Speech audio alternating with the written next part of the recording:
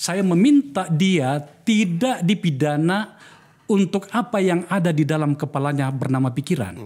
Anda setuju dengan itu? Ya, saya nggak setuju. Dalam kenyataannya ada beberapa kritik yang sebenarnya itu masih bisa kita toleransi dengan pikiran dan logika kita, tapi kena pasal. Apa yang ini Anda katakan? Ya, saya tidak melihat itu. Dan Jokowi adalah presiden pemimpin yang tidak akan pernah menggunakan kekuasaan.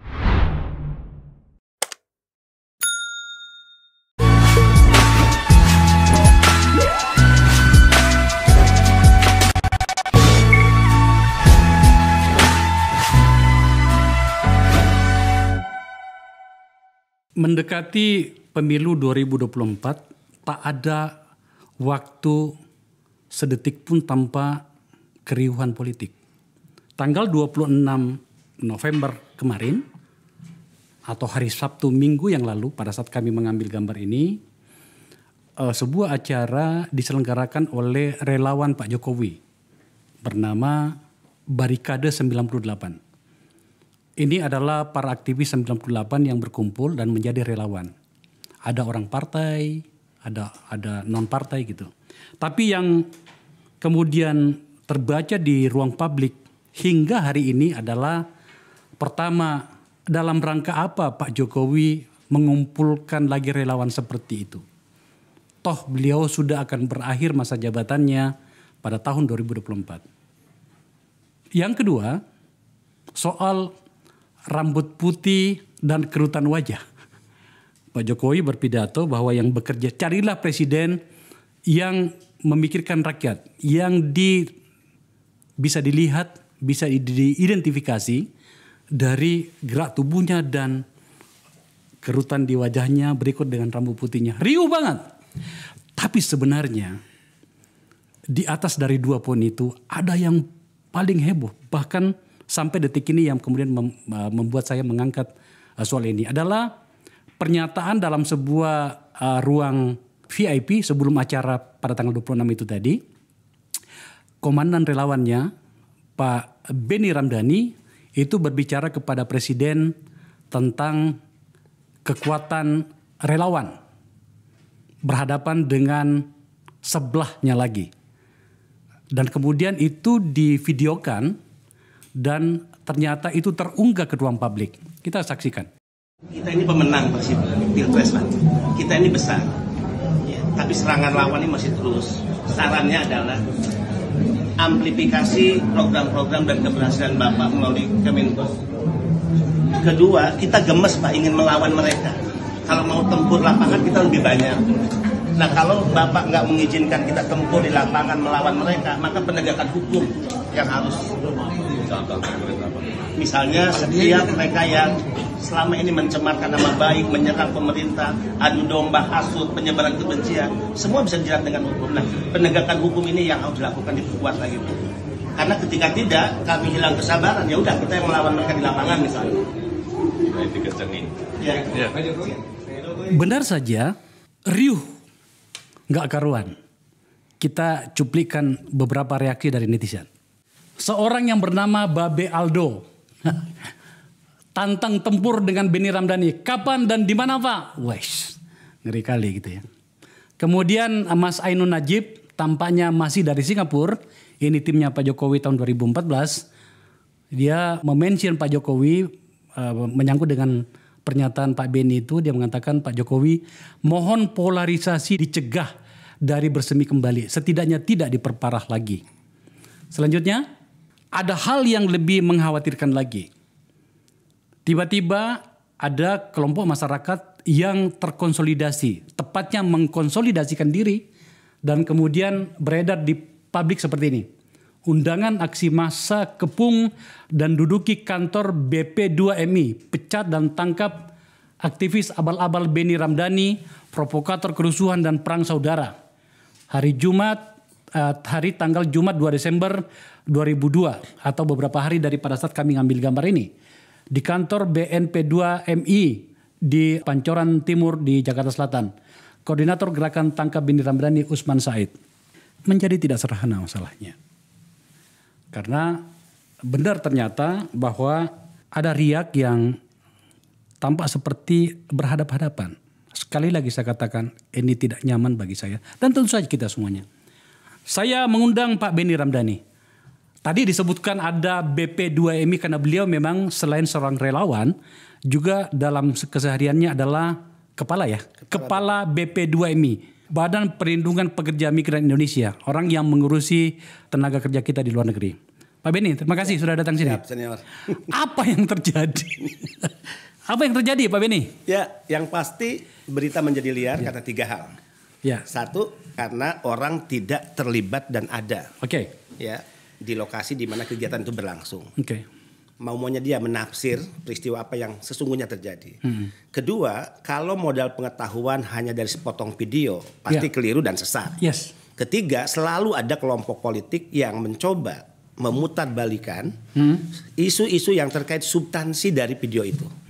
Nah, tentu mereka di bagian mana? Tapi yang jelas ingin saya klarifikasi, acara GBK adalah acara yang diinisiasi para relawan. Barikade 98 dan saya sebagai ketua umum itu hanya salah satu dari ratusan relawan yang ikut hadir dalam acara itu. Bukan permintaan Pak Jokowi. Pak Jokowi adalah pihak yang diundang untuk hadir. Untuk apa? Ini bukan agenda politik. Tidak ada urusan dengan dukung-mendukung capres. Ini sebuah reuni kerinduan pasca pilpres, kita tidak pernah hadir untuk berkumpul bersama. Dan kita ingin mendengarkan sebetulnya pidato kebangsaan Pak Jokowi. Kita lihat situasi global karena perang, situasi global karena COVID, dampak ekonomi terhadap negara kita seperti apa. Arah kebijakan politik ekonomi presiden seperti apa. Apa yang dilakukan oleh presiden dalam forum internasional G20 menghasilkan keputusan apa. Dan Indonesia telah mengambil posisi yang baik, kemudian ke depan Indonesia harus melakukan apa. Situasi-situasi kebangsaan di tanah air itu juga sebetulnya dibahas. Nah, video yang beredar adalah pertemuan kecil ringan dan tidak tertutup sebetulnya menjelang acara GBK dimulai. Itu di ruang VIP? Ya, dan setiap ketemu dengan Pak Jokowi, relawan tuh selalu diberikan kesempatan untuk ngobrol, walaupun ringan, tapi bicara tentang apa yang menjadi masalah di daerah. Yang aspirasi masyarakat itu datang dan lahir dan disampaikan pada mereka. Tidak hanya masalah politik, ekonomi, masalah sosial, masalah agenda-agenda kebangsaan, kerakyatan, program pemerintah, apakah ada yang terkendala di lapangan, apakah ada yang sudah berjalan dengan baik, bahkan isu PNS, isu honorer, isu P3K itu juga dibahas oleh kawan-kawan kita. Nah, saya masuk pada angle sebetulnya masalah situasi kebangsaan. Kalau lihat video itu secara utuh, tidak ditanggapi secara emosional dan tidak dengan motif politik untuk memutarbalikan fakta atas isi video itu.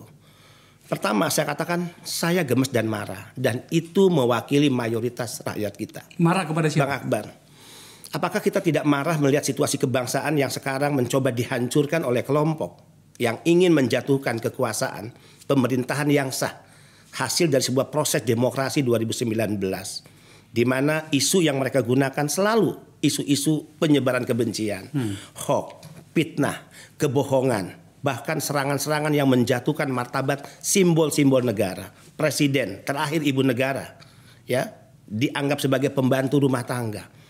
Ekspresi intoleransi terus dilakukan, terakhir kasus Cianjur. Bagaimana sebuah tenda hanya karena label gereja kemudian dicopot, sengaja divideokan, kemudian dipiralkan, tapi bantuannya diambil. Nah, kita capek dengan situasi ini. Menurut saya dan kawan-kawan relawan, mayoritas bangsa ini ancaman serius bagi eksistensi bangsa ini. Ini harus diakhiri. Kedua, saya dan semua masyarakat berharap kontestasi 2019, kemudian rivalitas politik itu harusnya berakhir ketika Pak Jokowi Ma'ruf Amin dinyatakan sebagai pemenang.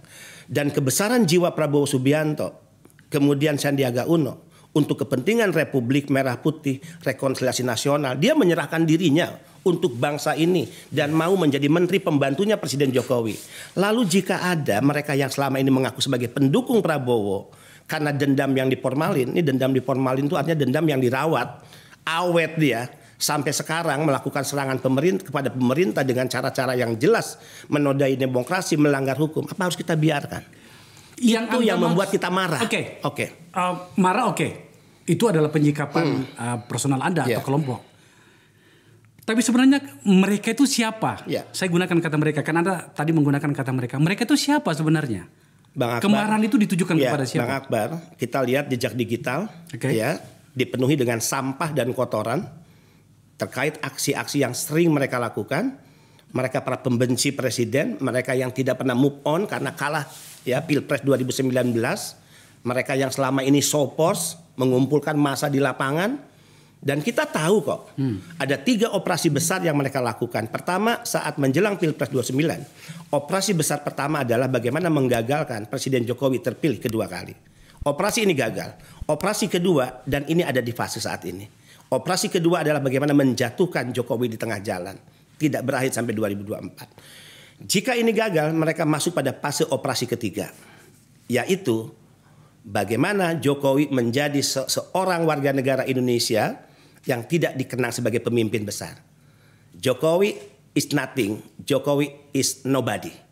Ini yang sedang diciptakan oleh mereka. Upaya mendelegitimasi pemerintah, upaya untuk terus menyerang Jokowi secara pribadi, bahkan harkat martabat. Kita lihat bagaimana istana dituduh sebagai tempat berkumpulnya kaum komunis. Jokowi dituduh PKI, ya. Dan ini diumbar terus diekspresikan dan hukum tidak bekerja menurut kami. Sehingga itulah selain kemarahan, saya berikan pesan dalam video itu. Kalau bicara fakta politik Pilpres, kita ini pemenang. Kami ini didukung mayoritas rakyat Indonesia, 55%. Kalau lihat perjalanan Pak Jokowi memimpin bangsa ini, survei terakhir 62% rakyat Indonesia menyatakan puas. Artinya apa? Mayoritas rakyat pada posisi berada dengan Pak Jokowi. Nah, kalau kita mau melakukan hal yang sama dengan yang mereka lakukan, apa yang terjadi? Mereka kita lawan dengan masa tandingan, demo mereka kita lawan dengan demo tandingan, apa yang terjadi? Sehingga masuk ke poin ketiga, Bang Akbar. Di situ kami usulkan Pak Presiden penegakan hukum untuk ya menangani semua itu. Oke. Saya tentu saja memahami sebagai relawan ya. Bagaimana kemudian Anda merasa ada kelompok atau orang yang bahkan tidak bisa melihat satupun kebaikan dari Presiden. Itu yang ini Anda katakan sebenarnya. Tapi Anda belum menjawab pertanyaan saya tadi. Siapa mereka sebenarnya? Ya, saya katakan tadi ya. Kita sudah diperlihatkan dan jejak digital beberapa pemberitaan kelompok-kelompok mana yang selama ini sering menyerang Jokowi, menyerang pemerintahan dengan cara-cara yang saya katakan tadi, menabrak demokrasi, kemudian juga menabrak hukum. Mereka adalah kelompok pembenci Jokowi, yang anti Jokowi, anti pemerintah, yang memang mereka kalah di Pilpres dan memelihara dendam hingga hari ini. Kalau kemudian kita melihatnya bahwa itu adalah argumen atau gerutuan civil society, di mana kemudian mereka juga punya hak untuk berbicara meskipun barangkali menjengkelkan Anda karena diksinya tidak baik menurut Anda bisa terima itu? Itu yang saya katakan, jangan mereka bersembunyi di balik topeng atas nama demokrasi. Ya, kalau kritik kepada kekuasaan mereka mau melakukan setiap hari selama 5 tahun kepemimpinan Pak Jokowi 2019 sampai berakhir 2024, nggak ada yang melarang. Contoh, sejauh mana kekuasaan ini melarang mereka mengekspresikan demonstrasi, kemudian kritik kepada kekuasaan? Seberapa banyak mereka yang ditangkapi dan masuk penjara karena hanya kritik? Nggak ada.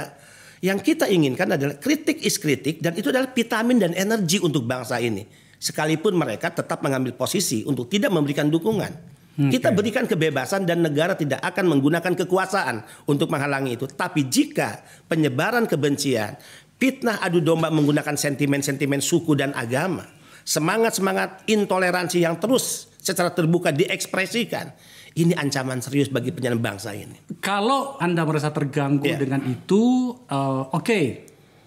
Tetapi kalau kemudian ada pikiran untuk berhadap-hadapan secara langsung, itu apa tidak khawatir bahwa kita malah akan terpecah lebih cepat dari yang Anda bayangkan? Iya, itu justru pesan saya untuk mereka. Kita ingatkan pada mereka, kita pemenang, kita besar. Bisa dibayangkan kalau kita melakukan hal yang sama sebagaimana yang mereka lakukan. Apa yang terjadi dengan bangsa ini? Kita terjebak pada segregasi. Yang segregasi, polarisasi itu sudah dilakukan dan diciptakan oleh mereka. Kalau orang per orang, Pak Beni, kenapa Anda begitu khawatir? Makanya tadi saya bertanya 2 kali kepada Anda. Siapa mereka sebenarnya? Apakah ada organisasi, apa ada parpol, atau ada aliansi organisasi apa? Supaya kita bisa mengidentifikasi dengan jelas. Karena yang saya lihat di media sosial, terutama di Twitter tempat orang bisa mencicit apa saja, itu kritikan itu banyak. saya sekali lagi ketiga kalinya, apa Anda tidak bisa menyebutkan satu atau dua kelompok yang menurut Anda kemungkinan atau mengkonsolidasi situasi yang Anda tidak suka itu? Ya, secara organ kan udah jelas ya siapa mereka, pimpinan mereka ya dalam berwujud gerakan-gerakan politiknya seperti apa. Maksudnya Ya. Anda partai politik? HTI sudah dibubarkan, Oke. EPI sudah dibubarkan, Oke. tapi orang-orangnya masih tetap hidup. Oke. Dan perjuangan dan gerakan politik mereka untuk melawan pemerintahan yang sah dengan cara-cara mereka masih terus Gerakan berjalan politik hingga dalam hari ini. bentuk organisasi formal parpol? Ya, saya katakan tadi ya. Pertama, 3 skenario besar yang sedang dikerjakan oleh mereka. Gagal di 2019 agar Jokowi tidak terpilih 2 periode. Karena gagal, maka masuk pada fase operasi politik yang kedua. Ya, bagaimana menurunkan Jokowi di tengah jalan. Dan itu sudah banyak disampaikan oleh mereka. Oke, kalau menurunkan nanti saya menyiapkan segmen pada bagian-bagian akhir nantinya. Saya masih mencoba mengejar karena gini, tentu saja saya melihat itu Pak Beni. Setuju. Ya kan, kita kan berada di ruang publik itu kan, kita bisa mengidentifikasi. Tapi karena Anda sudah mengambil sikap untuk berhadapan-hadapan, maka saya mengejar. Ya. Siapakah gerangan tadi organisasinya sudah disebutkan 2, HTI dengan EPI. Itu pun sudah telah dibekukan gitu ya, atau dibubarkan. Tapi Anda mengatakan tadi ada indikasi itu dikonsolidasikan melalui kekuatan formal sebuah parpol. Oh, enggak, saya tidak menyatakan itu. Oke. Ya, oke. Jadi Saya nggak menyatakan bukan tidak ada parpol. Ya, pastilah. Oh, tetapi dia bergerak juga ada orang-orang parpol Ya. juga. Kalau parpol sebagai kekuatan politik tidak mau tampil dengan bendera partai politik, identitas politik, kemudian mengkonsolidasi orang untuk melakukan serangan, upaya menjatuhkan pemerintah, yaitu parpol banci maksudnya. Saya yakin nggak ada lah. Oke, saya paham maksudnya. Anda sedang menunggu apa tanduknya keluar ya? Ya. Nah, sekarang saya maju pada tadi kan pergerakan berhadapan-hadapan. Ya. Oke, tapi sejujurnya saya lebih khawatir pada poin kedua yang Anda sampaikan. Ya. Bahwa kalau memang tidak mau berhadapan-hadapan, ayo negara tampil. Benar. Ya kan? Itu kritik pada negara. Melakukan pendekatan hukum. Penegakan hukum. Artinya Anda menginginkan orang-orang yang mengkritik itu dihukum Beda berdasar dong, bukan kritik. Ya, kalau kritik is okay. Oke, tapi itu energi, itu vitamin bagi negara. Oh, yang memfitnah. Ya. Dan seterusnya. Seterusnya. Oke, dilakukan pendekatan hukum. Ya. Hukum tidak bisa bekerja kalau tidak ada objeknya. Ya. Oke, satu makanya. Sudah tadi, banyak, Mu Akbar. Nah, makanya Ya. saya tanya tadi kan siapa orangnya. Oke, nah saya masuk pada yang bagian ini. Tidakkah kemudian Anda menarik kita ke belakang kalau semuanya harus didekati dengan pasal? Negara ini adalah negara yang lahir dari sebuah konsensus. Oke. Kita sudah menetapkan bentuk negara ini republik dan negara ini berdasarkan hukum. Ya, bukan berdasarkan kekuasaan. Kalau berdasarkan kekuasaan, Pak Jokowi itu punya otoritas tertinggi memimpin republik ini. Beliau panglima tertinggi dari TNI dan Polri. Bisa melakukan itu, tapi tidak. Sehingga lemahnya hukum, karena kita negara hukum, inilah yang menjadi critical point kami relawan yang kemudian kami sampaikan pada Presiden.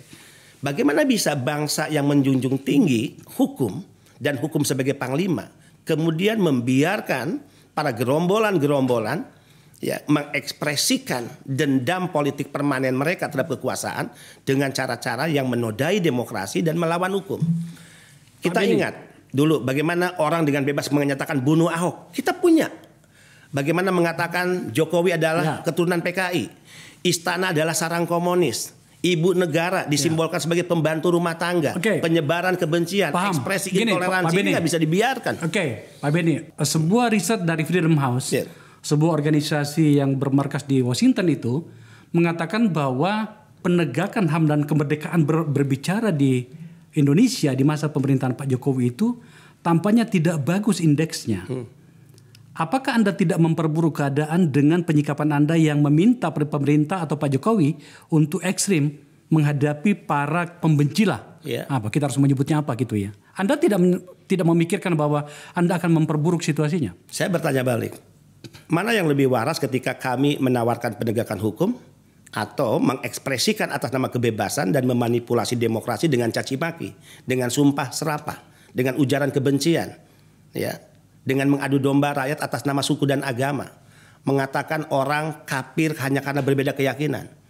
Pilihan mana? Saya lebih memilih secara waras yaitu pendekatan hukum. Tentu saja iya. Gini, sambil menunggu RUU KUHP yang akan diundangkan pada pertengahan Desember barangkali, saya sudah mengundang Wakil Menteri Hukum dan HAM ke sini. Alhamdulillah kita sudah punya undang-undang nantinya. Poin ini itu menjadi debatable dan sudah ketemu. Di mana misalnya soal penghinaan kepada presiden itu diatur dengan lebih jelas. Kalau fitnah dengan penjelasan khusus. Ya, kalau fitnah tentu saja kena pasal. Pertanyaannya, problemnya publik hari ini itu adalah kritik. Saya khawatir kita terutama aparat penegak hukum itu, apalagi kalau didorong oleh Anda, saya tidak gunakan kata kompor ya. Kalau didorong oleh Anda, maka kemudian itu bisa tidak bagus situasinya. Ketika Pak Menteri datang ke sini, saya katakan, kalau fitnah gampang kita identifikasi. Tapi kalau kemudian kritik, itu kadang-kadang diterjemahkan sendiri. Saya ada contoh Pak Beni. Pada saat saya berantem sama Rocky, sahabat kita, Rocky Gerung, menyangkut dengan kitab suci yang fiksi itu loh. Saya ditanya sama teman-teman dari aparat penegak hukum, saya jelaskan bahwa oh iya saya berantem sama Rocky gitu kan. Orang yang sudah saya kenal lama ini tidak semua pikirannya saya setujui, tapi banyak pula pikirannya yang saya suka gitu kan. Tapi intinya begini, saya meminta dia tidak dipidana untuk apa yang ada di dalam kepalanya bernama pikiran. Anda setuju dengan itu? Ya, saya nggak setuju. Kita bisa berbeda lah. Oh ya tentu saja, nggak apa-apa. Ini ruang ini ruang ini untuk berbicara dan mendengarkan. Saya ulangi lagi Pak Beni, supaya saya mau memperdebatkan ini. Saya tentu saja setuju pada penegakan hukum. Ada banyak, saya termasuk korban sebagai politisi ya, kita sering dibully berlebihan, sudah masuk pada wilayah private, ya kan? Tapi kalau sekedar kritik, mau apa lagi? Civil society bergerak Pak Beni. Kan tadi saya katakan kecuali kalau fitnah. Fitnah maju kita gitu kan. Tidak akan pernah. Nah sekarang pertanyaan saya adalah dalam kenyataannya ada beberapa kritik yang sebenarnya itu masih bisa kita toleransi dengan pikiran dan logika kita, tapi kena pasal. Apa yang ini Anda katakan? Ya, saya tidak melihat itu. Dan Jokowi adalah presiden pemimpin yang tidak akan pernah menggunakan kekuasaan. Kalau tadi ada kekhawatiran di era pemerintahan Pak Jokowi, demokrasi semakin tidak baik, kebebasan mengekspresikan pendapat itu menjadi rendah secara kualitatif dibandingkan dengan rejim sebelumnya. Ini juga pandangan yang keliru. Saya sering katakan kepada mereka, jika Anda hidup di era Soeharto, rejim yang sangat totalitarian yang didukung oleh militer saat itu, ya seorang presiden yang bertangan besi bahkan dicap sebagai diktator, tidak ada kebebasan berpendapat. Berbeda dengan pemerintah dosa, kritik terhadap kekuasaan diharamkan. Berapa banyak aktivis yang harus masuk penjara, bahkan tokoh-tokoh politik. Ahana Sution, apa yang dia alami padahal dia seorang pemimpin besar yang telah memberikan kontribusi pada bangsa ini. Ya, berapa banyak kawan-kawan kita, kawan Bung Akbar yang hingga hari ini diculik, mati dan mayatnya pun tidak pernah kembali kepada keluarganya. Jadi mereka masih bersyukur hidup di negara yang demokrasi dijaga dan memiliki seorang pemimpin yang memiliki kesabaran. Itu yang saya katakan. Pak Jokowi, Anda dikatakan PKI. Istri Anda diilustrasikan sebagai pembantu rumah tangga. Istana di tempat Anda berkantor yang dibangun oleh uang rakyat dianggap sebagai sarang komunis. Dan Anda diam. Nah, saya maksudkan tidak boleh negara ini dihancurkan oleh pihak-pihak yang melakukan segregasi, polarisasi atas nama keyakinan, atas nama perbedaan suku. Ini nggak boleh. Saya katakan Pak Jokowi bisa berakhir 2024, Pak Akbar. Tapi tanggung jawab sejarah kita adalah menjaga kelangsungan bangsa ini untuk selamanya. Saya suka pikiran itu Pak Beni. Tentu saja menurut saya Anda itu layak untuk kita bicarakan karena Anda punya penyikapan politik. Baik terhadap diri Anda maupun apa yang Anda percayai. Anda yakini. Menurut saya itu bagus itu. Tapi lagi-lagi kita tidak berbicara tentang seorang Beni Ramdhani atau Akbar Faisal. Kita berbicara tentang masyarakat kita bergerak mana. Nah itu tadi yang saya katakan, kalau kemudian negara akhirnya mendengarkan Anda, apalagi karena Anda barangkali berteman dengan presiden, untuk kemudian langkah yang Anda tawarkan itu betul-betul diambil oleh negara, Anda tidak khawatir kita malah semakin terpecah? Pak Jokowi adalah pemimpin yang secara leadership teruji. Ya, kepemimpinan politik Pak Jokowi itu diakui oleh dunia internasional, disegani oleh pemimpin-pemimpin dunia. Ya, orang boleh melihat Pak Jokowi dari sisi gestur, fisik, ya. Tapi kita harus menghormati dan mengakui Tidak ada yang pemimpin yang hebat di negara ini di luar Bung Karno seperti presiden kita hari ini. Termasuk kerendahan hati, kebesaran jiwa untuk dia dihinakan. Nah, ini yang membuat kita marah. Tapi sekali lagi kemarahan kita ini kan reaksi sebetulnya. Ya. Jadi jangan dibalik, diputar seolah-olah kita yang menjadi provokator, seolah-olah kita yang menciptakan kegaduhan. Ini reaksi kami di tengah reaksi atas sikap aksi mereka, ya, yang menodai demokrasi, menabrak hukum. Kita masih waras loh Pak Akbar dengan mengusulkan kepada presiden adalah penegakan hukum. Dan Pak Akbar nggak perlu khawatir karena kita bisa membedakan mana kritik, mana fitnah, mana hujatan, mana pencemaran nama baik. Ya, mana ekspresi-ekspresi intoleransi, mana upaya-upaya untuk membelah bangsa ini karena sentimen-sentimen suku dan agama yang dibenturkan. Ini sebetulnya kritik kita kepada mereka. Oke, kalau itu Clear, tidak ada yang bisa aku bantah gitu kan. Tetapi tadi yang saya khawatirkan adalah jika kemudian tidak cukup banyak orang dengan senjata hukum yang ada di tangannya, kita bicara tentang aparat penegak hukum, tidak cukup banyak waktu untuk melakukan sedikit lebih jauh tentang identifikasi. Contoh misalnya, karena Anda tadi sudah berbicara berkali-kali tentang fitnah kepada Pak Jokowi. Ibu negara, Ibu Iriana Jokowi, diolok-olok oleh seorang yang tampaknya sudah ditangkap ya. Mungkin Sebagai mohon ambilkan minum. Seakan-akan dia adalah pembantu dari ibu negara dari Korea gitu ya. Saya bersikap Pak Beni di Twitter saya. Tapi menurut saya orang ini mungkin menghina. Dan tampaknya itu bisa kita lihat dari latar belakang orang ini. Yang banyak katanya itu bermain di wilayah yang tidak elok. Tercela lah kira-kira gitu loh. Tetapi kemudian apakah itu masuk kepada fitnah? Panjang ceritanya Pak Beni. Kita bisa berdebat soal itu. Mungkin kita tidak suka pikiran itu. Saya tidak suka dan saya kritik di Twitter. Tapi bagi saya pribadi, dia tidak layak untuk dipenjara untuk itu.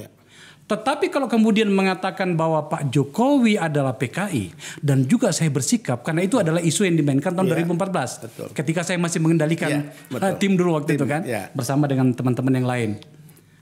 Menurut saya ini fitnah. Karena ada efek hukum di situ. Maka kemudian dia diproses. Meskipun bukan saya pelapornya. Orang lain yang melaporkan. John Ruh kalau nggak salah waktu itu ya. Nah, pada poin ini kemudian, tadi saya mau bertanya sama Pak Beni, apakah tidak khawatir bahwa situasi normal sebagai sebuah bangsa yang Anda inginkan tidak justru semakin parah kalau kemudian Anda sebagai orang yang dekat dengan Presiden mendorong ini kepada Presiden? Saya percaya hukum tidak akan ditegakkan atas selera kekuasaan. Itu pasti hanya akan terjadi di era sebuah rejim yang otoritarian. Dan Pak Jokowi tidak merepresentasi sebagai pemimpin yang otoriter. Nah, artinya masukan kami adalah penegakan hukum dalam konteks apa? Tadi sama dengan Bung Akbar. Hukum bisa membedakan kok mana kritik, mana fitnah. Nah, fitnah, pencemaran nama baik, kemudian juga ekspresi-ekspresi intoleransi yang mengancam hubungan dan harmoni antar umat beragama, kemudian juga segregasi yang sengaja diciptakan untuk membelah masyarakat kita hanya karena berbeda keyakinan, berbeda suku. Ini ancaman serius bagi bangsa ini. Nah, maksudnya tekanan kami, masukan kami kepada Presiden pada wilayah itu, dan nggak mungkin lah penegak hukum bisa dikendalikan oleh kita atas dasar selera kami, nggak mungkin.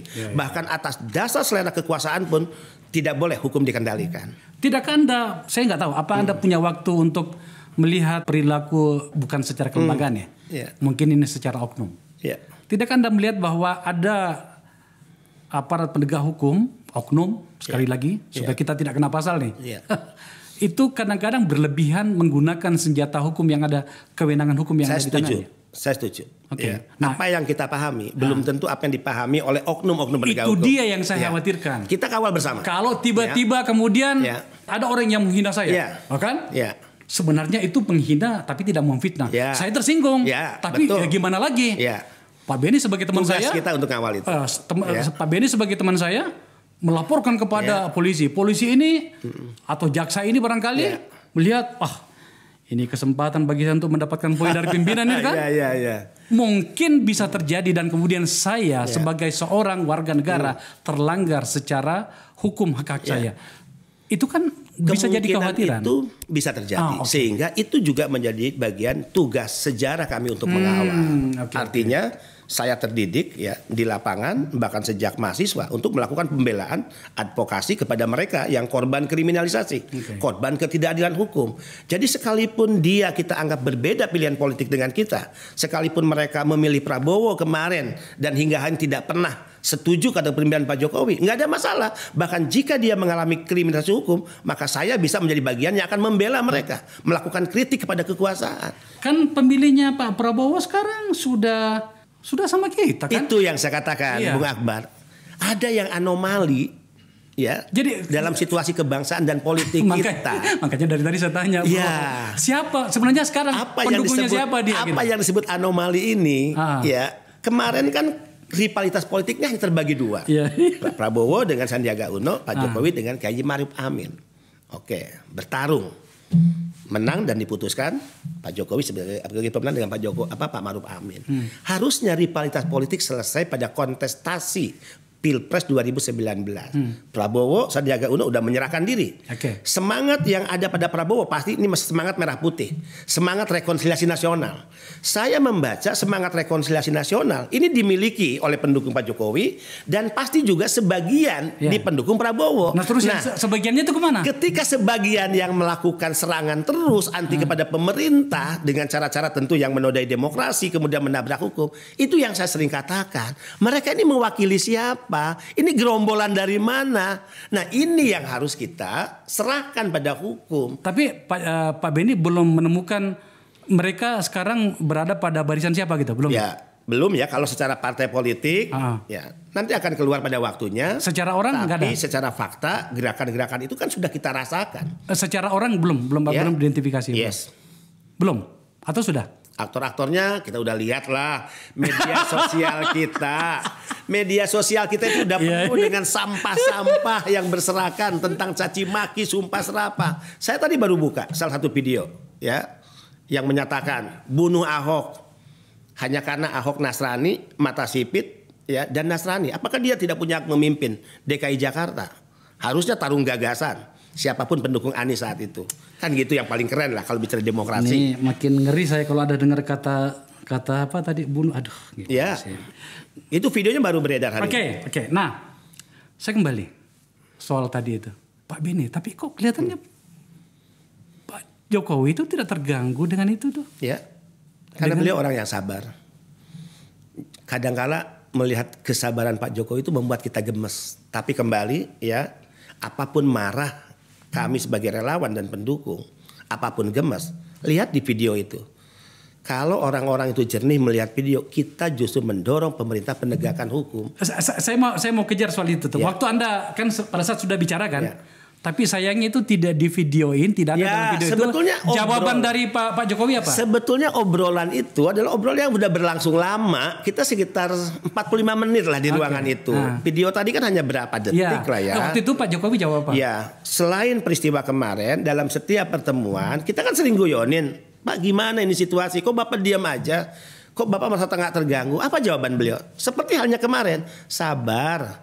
Kenapa sih saya aja presiden bisa sabar, kok kalian nggak bisa sabar? Dan saya minta, itu beliau selalu tekankan, saya minta jangan melakukan sebagaimana cara-cara yang mereka lakukan pada kita. Itu hebat. Ya, sulitlah kita menemukan pemimpin seperti beliau. Ya kalau presiden begitu, Anda kan juga bisa melakukan itu. Makanya saya katakan, jangan kepancing. Makanya saya katakan penegakan hukum. Kembali ke situ ya. Saya itu pada akhirnya itu harus masuk pada sebuah poin yang selama ini kita perdebatkan di sini. Pak Benny kan harusnya menyadari bahwa civil society kita bergerak.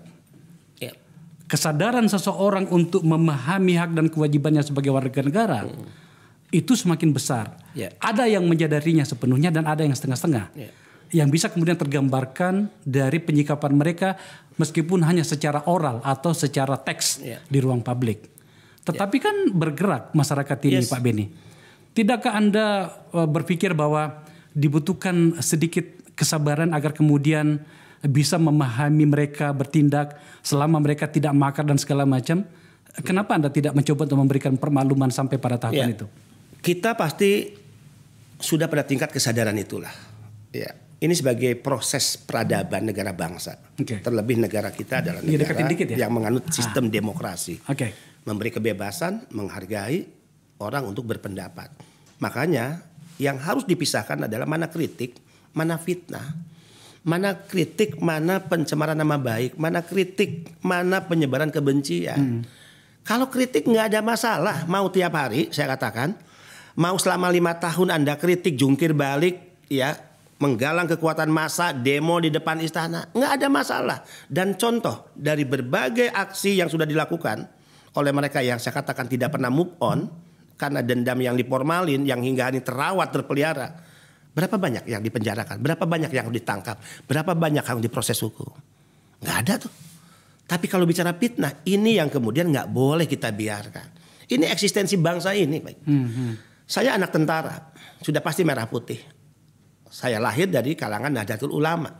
Sudah pasti punya sejarah panjang bagaimana menjaga republik ini. Ya, saya ditempa dari sebuah kehidupan di Sulawesi Utara, masyarakat yang mayoritas Kristiani. Sekalipun mayoritas Kristiani, saya dipilih oleh rakyat Sulawesi Utara 3 periode menjadi anggota DPR provinsi, 1 periode ke DPR RI. Enggak pernah mereka Kristiani mempersoalkan karena saya Islam dan saya pendatang, saya minoritas. Enggak pernah ketika kampanye saya katakan jangan pilih Benny Ramdhani karena kafir. Lalu kalau ada kelompok-kelompok yang mensegregasi kelompok masyarakat kita hanya karena berbeda keyakinan, menganggap mereka yang minoritas tidak boleh memimpin sebuah lembaga pemerintahan, seolah-olah mereka hanya penumpang gelap atau indekos di republik ini. Kemudian isu-isu agama terus dibenturkan. Semangat-semangat kebencian ditularkan. Ini ancaman serius dan ini mesin produksi yang sangat mematikan yang terus mereka produksi di negara ini. Ini harus kita hentikan dan caranya adalah penegakan hukum. Nggak ada lain. Tampaknya Anda dongkol betul ya? Dongkol, marah pasti. Dan yang marah seperti ini adalah banyak rakyat kita. Ya, tapi kan mereka lebih mengambil sikap diam. Nah, kalau penegakan hukum tidak jalan, Bung Akbar, ini yang saya bayangkan. Akhirnya mereka mengambil dengan caranya sendiri. Apa yang akan terjadi?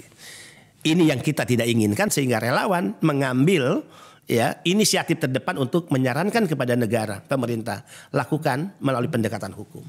Tadi itu 2 kali di depan. Tadi sebenarnya saya tidak mau tanggepin, tapi saya ingat-ingat nggak fair juga saya kalau saya tidak tanggapi pernyataan Anda 2 kali loh di depan. Mengambil alih kekuasaan, menjatuhkan Pak Jokowi. Ya. Sengeri itu keadaannya. Ya, itu memang bagian dari operasi mereka. Ya. Kan videonya ada. Nanti saya kirim. Ya. 3 operasi besar yang sedang dilakukan dan sudah dikerjakan. Ini pengamatannya Pak Benny atau laporan intelijen? Saya nggak boleh bocorin dong. Nggak boleh bocorin dari mana? Nggak, soalnya saya melihat. Kalau referensi itu senior pasti lebih banyak daripada karena saya melihat bahwa Pak Jokowi secara politik dia sangat kuat. Kita bisa melihat bagaimana mengkonsolidasikan. Jadi tampaknya kalau sangat kuat berarti tidak bisa dijatuhkan. Agak susah. Masuk pada operasi yang ketiga. Apa itu? Bagaimana memposisikan Jokowi is nothing, Jokowi is nobody. Nah, Jokowi bukan siapa-siapa. Sekarang saya masuk ke bagian itu. Pak Benny, acara ini diadakan bahkan pada menjelang akhir masa kekuasaan presiden. Oke? Saya tahu Anda ingin mengatakan apa, bahwa ya bisa saja masih ada penambahan. Aku tahu lah, kita jangan bahas itu dulu gitu kan. Saya tahu pikiran Anda.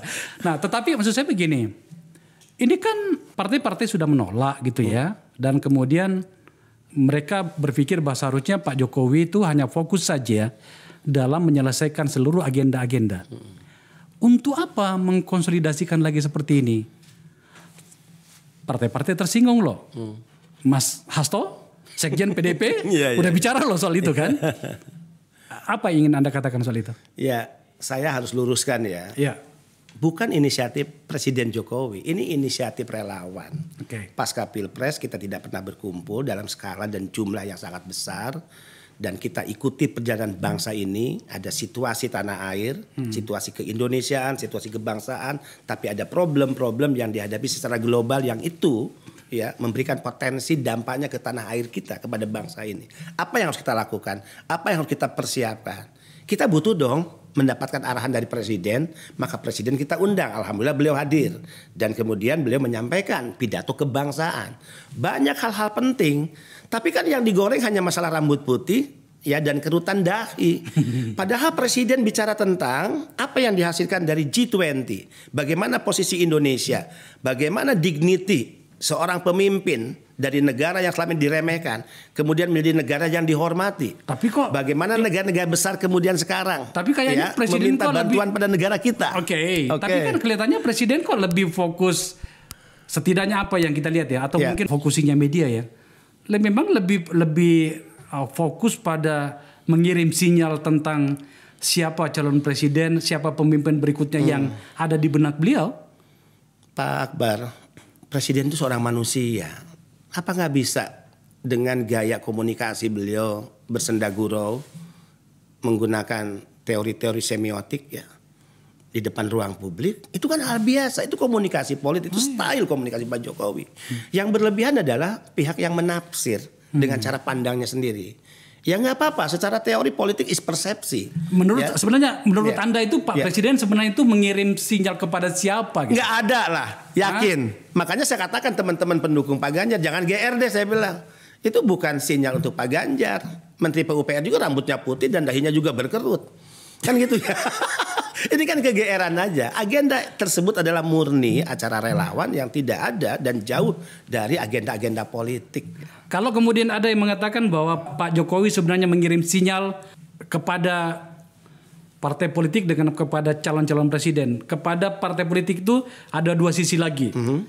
Kepada PDIP ingin mengatakan bahwa sudahlah, saya juga setuju kok dengan apa yang ada di benak Anda. Udahlah, kita sudah sama-sama kok.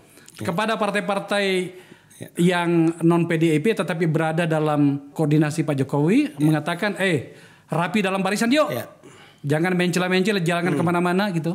Juga kepada para pihak yang pengen maju, ini loh sikap saya, dan saya ingin tunjukkan bahwa saya masih mengendalikan setidaknya sebagian rakyat Indonesia.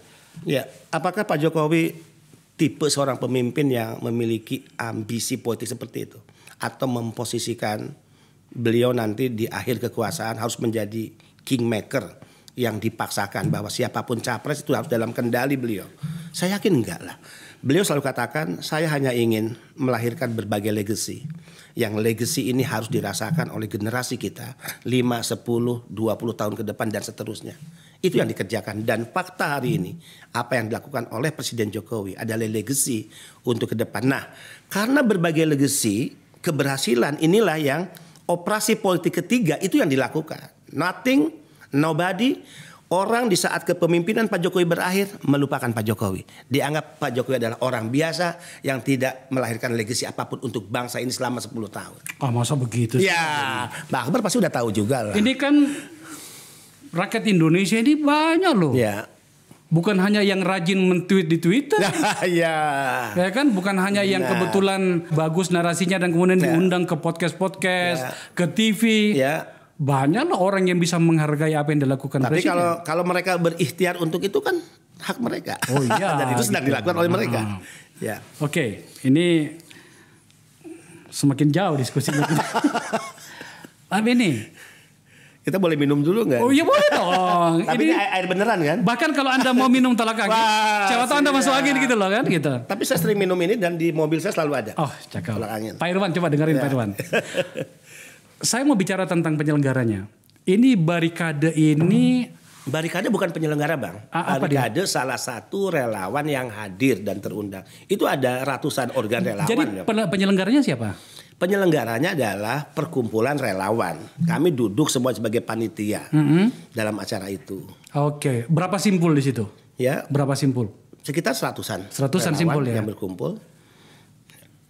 Saya dengar anggarannya besar. Yang diisukan seperti itu. Ya. Nah, yang sebenarnya berapa? Saya nggak tahu karena saya kan bukan ketua panitia ya. Ditanya ketua panitia. Oh gitu ya. Ketua panitianya siapa? Ya, Mas Amin ya. Oh Amin ya. Amin Udin. Amin. Nah, saya masih karena banyak yang bertanya soal itu. Tapi kemarin kan 100 miliar, kemudian seolah-olah dari BUMN udah dikonfirmasi kan oleh Pak Deddy Sitorus ke Pak Erik, terbantah dan akhirnya Deddy Sitorus juga meyakini bahwa itu isu isapan jempol, nggak ada setelah dikonfirmasi. Enggak lah. Karena jadi biayanya itu 140 atau 70 miliar? Wah, enggak lah pastilah. Kebanyakan dan lebih besar kan kita iuran aja patungan. Iuran ya? Ya. Ya masalah saya ketua umum Barikade 98. Ya. Masa saya nggak punya duit lah hanya untuk mendatangkan ya massa dari organ saya. Kemudian yang teman-teman punya jabatan, punya kekuasaan, tidak terkait dengan kekuasaan di pemerintahan. Ya, mereka juga orang-orang kaya yang tapi bisa membiayai pasukannya. Mengkonsolidasikan 120.000 orang dan itu 1 bulan. Dan 1 bulan Ya. dan kemudian di GBK nggak murah, Bro. Karena 2 hal. Apa itu? Kenapa bisa dikumpulkan dalam 1 bulan dengan jumlah yang sangat besar? Karena pada diri relawan Jokowi punya kesetiaan dan cinta. Militansi dan kesetiaan. Tanpa 2 itu nggak mungkin dalam waktu 1 bulan bisa mengumpulkan dengan jumlah yang sangat besar. Kalau yang saya baca di media, tolong tampilkan itu IO-nya itu adalah Rans ya, punyanya Raffi Ahmad ya.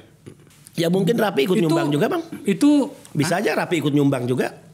Yang benar. Karena kecintaan pada Pak Jokowi. Berarti saya harus ngundang Raffi ke sini ya? Iya. Harus untuk mengkonfirmasi itu ya? Iya. Ya tapi tidak murah itu, Bro. Iya. Tidak murah. Nggak, maksud saya begini, informasi ini, celotehan ini juga perlu kita bicarakan karena itu tadi masyarakat kita semakin terbuka. Iya. Mereka pengen tahu relawan itu dari mana uangnya. Kok sering banget bikin acara? Enggak lah, ya kan acara besar baru kali ini. Mungkin kalau Barikade 98 yang besar ini. Tapi kan relawan yang lain itu sering bikin acara tuh. Bikin musra ya. Musyawarah rakyat di setiap provinsi gitu. Itu tidak murah. Di tempat-tempat biasa ya. Bagaimana dengan partai yang acaranya di hotel-hotel mewah berbintang? Uangnya dari mana gitu? Terakhir. Seru Bang, kemarin itu karena ada peristiwa Cianjur. Itu diawali dengan doa bersama dipimpin oleh Presiden. Kemudian dibagikan dos-dos supermi ya.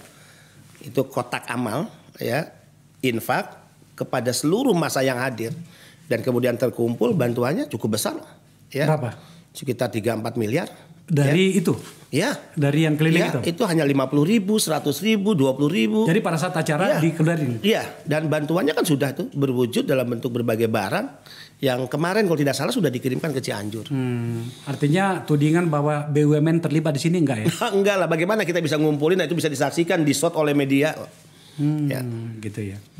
Tentu saja saya harus mendengarkan jawaban Anda, kan tidak fair. Siap. Sebenarnya saya mengundang teman lainnya untuk berdebat dengan Pak Beni. Kita harus menerima realitas ini, Pak Beni. Bahwa publik ingin mendapatkan informasi yang terukur. Pasti akan ada yang protes sama saya. Kenapa cuma Pak Beni? Sejujurnya waktunya pun juga nanti saya hubungi tadi siang ya. Justru saya nggak puas kalau sendiri. Nggak ada lawan tanding. Nah itu dia. Tapi waktu teman-teman juga punya kegiatan yang lain. Tapi apapun namanya Pak Beni, saya suka Anda tampil menyikapi apa yang Anda yakini. Soal apakah setuju atau tidak ya kita perdebatkan gitu ya. Terakhir, pertanyaan dari saya. Pikiran tentang menambah masa jabatan presiden dan atau 3 periode itu tampaknya kok masih ada di ruang publik. Dan itu digerakkan oleh relawan. Anda juga ikut terlibat di dalamnya? Kalau tuduhannya digerakkan oleh relawan, justru kami mengira bahwa itu digulirkan oleh lawan politik kita. Oh gitu. Hanya untuk mendegradasi Pak Jokowi. Artinya Anda tidak setuju 3 periode? Pak Jokowi sudah mengatakan bahwa saya tidak berkeinginan untuk menjadi presiden selama 3 periode. Jadi kita ini kan relawan ini manut Pak Jokowi. Kalau kemudian ditambah masa jabatan, beda loh antara 3 periode dengan menambah masa jabatan. Anda setuju? Kewenangan siapa? Sorry? Kewenangan siapa menambah? Kalau kemudian ternyata menjadi kesepakatan, apalagi kalau partai-partai di parlemen seperti yang kita lihat itu manut pada presiden, sah secara demokrasi enggak? Sah secara demokrasi disetujui oleh partai kok. Berarti secara demokrasi itu sah. Oke. Nah, kalau rakyat marah, marahkan kepada parlemen dong. Bukan marah kepada Pak Jokowi. Apalagi marah kepada Beni. Ya. Pak Beni, makasih ya. Thank you, senior. Siap. Diskusi yang menyenangkan tentu saja. Sayang sekali kita tidak bisa menghadirkan temannya Pak Beni. Baik, sekali lagi Pak Beni, makasih ya. Makasih banyak. Pemirsa, itu diskusi saya dengan Pak Beni Ramdhani, Kepala BP2MI, yang juga adalah koordinator relawan dari Pak Jokowi. Ada banyak informasi yang muncul dari diskusi ini. Tapi sebenarnya kita berharap bahwa kemudian segala keriuhan di ruang publik itu kita perdebatkan secara terukur. Dan itu hanya bisa dilakukan ketika kita bisa duduk berhadapan, bertatap mata, sambil saling menyimpan kehormatan antara satu sama lain, maka kemudian kualitas kita bernegara akan semakin jauh lebih baik. Terima kasih telah menyaksikan acara ini.